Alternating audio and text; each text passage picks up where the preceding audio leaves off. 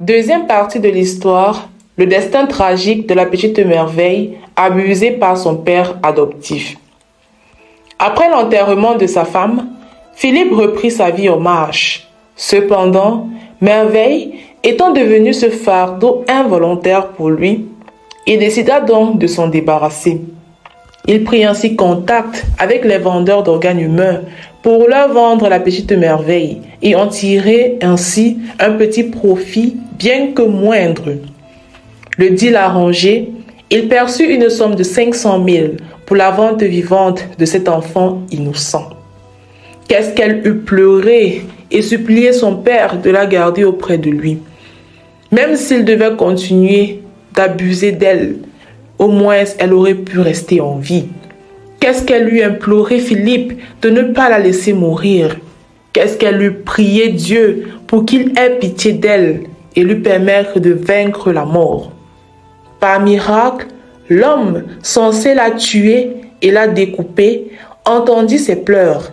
Il était triste de savoir qu'il s'agissait de son propre père qui la vendait aussi facilement pour des miettes.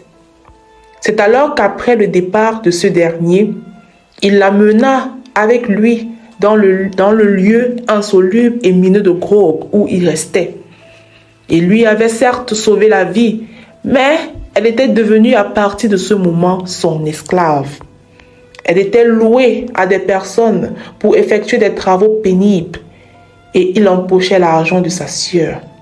Car, disait-il, il l'a achetée et donc elle se devait de travailler pour lui restituer son argent.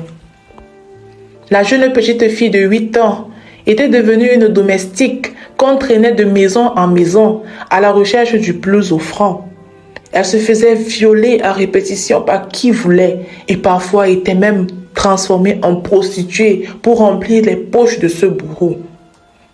Merveille était désemparée et ne savait où donner la main pour être tirée de ce calvaire. Elle avait même tenté quelquefois de se suicider pour échapper à ce calvaire qu'elle subissait. Mais il faut croire que ce n'était point son jour et que Dieu n'avait pas encore décidé de la reprendre auprès de lui. Car il avait un plan pour elle. Elle pleurait sans cesse, mais n'y pouvait malheureusement rien. Et ce fit ainsi jusqu'à ce qu'elle eût 15 ans. Lorsque Merveille atteint l'âge de 15 ans, elle rencontra un jeune homme du nom de Mathias, âgé de 22 ans. Ce dernier travaillait comme gardien près de l'immeuble où Merveille venait d'être louée comme domestique. Entre les deux, ce fut un coup de foudre, juste au premier regard. Mathias n'avait certes rien, mais voulait à tout prix venir en aide à la petite Merveille. C'est alors qu'un soir, alors que les employeurs de Merveille dormaient déjà, les deux jeunes amoureux s'enfuirent très loin tous les deux. Ils marchèrent pendant des heures avant de tomber au loin sur une vieille maison abandonnée. Mathias rassurait la petite Merveille que désormais elle était libre et pourrait enfin vivre une vie épanouie. Le lendemain matin, ils prirent ensemble la route pour le village où avait grandi Mathias. Dans ce village se trouvait sa grand-mère qui l'a élevé après le décès de sa maman. Celle-ci était déjà bien âgée, fatiguée et très malade. C'était pour lui payer des soins que Mathias était allé en ville pour travailler.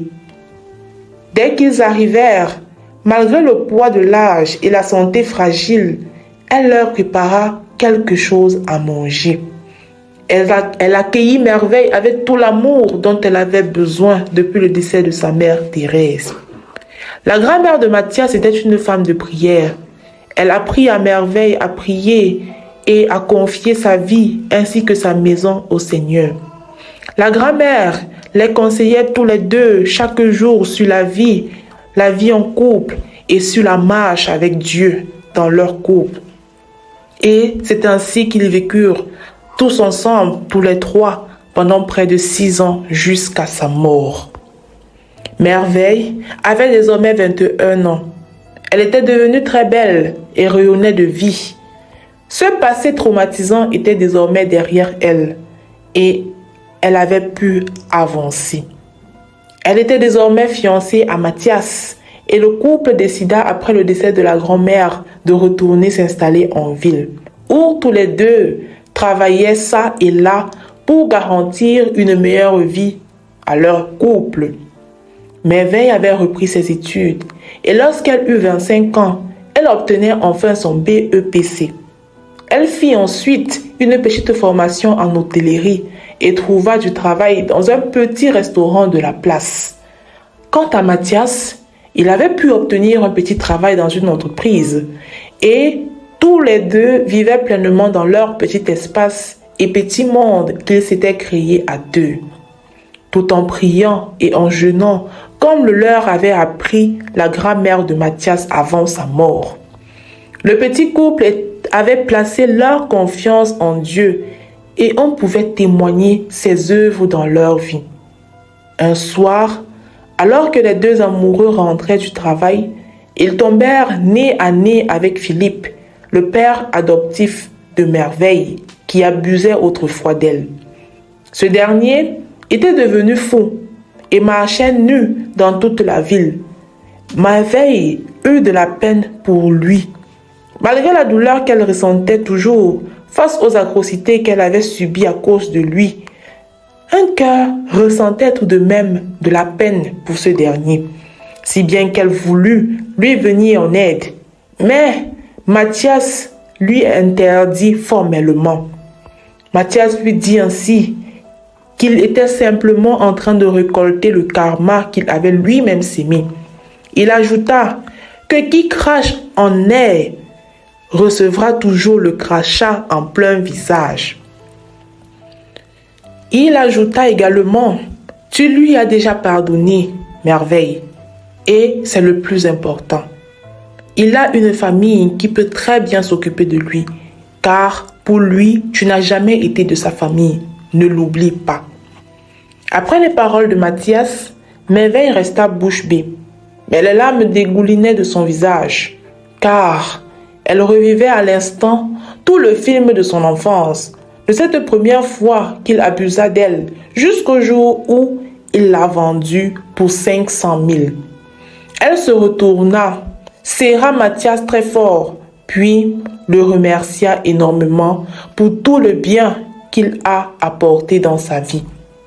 Puis, les deux jeunes amoureux continuèrent leur chemin, enlacés tous les deux et en se tenant la main. Quelques années plus tard, le couple se mariait enfin et accueillit leur premier enfant. C'était une fille et Merveille voulut rendre un hommage à sa défunte mère Thérèse. C'est ainsi qu'ils la nommèrent Teresa. Le petit couple n'était certes pas riche, mais avait des petits revenus qui leur permettaient de vivre décemment sans avoir à envier autrui. Ils étaient heureux avec le peu qu'ils avaient et ils s'y contentaient également. La petite Merveille était désormais heureuse avec sa petite famille qu'elle avait fondée. Peu importe le temps que cela dure, l'obscurité finira toujours par finir et la lumière brillera à ne point s'éteindre à nouveau. Morale de l'histoire, le mal ne gagne et ne gagnera jamais le bien. Retenez-le très très bien. Merci d'être resté jusqu'à la fin. Si vous avez aimé l'histoire, n'oubliez pas de partager, de liker et de commenter. Merci et à la prochaine histoire.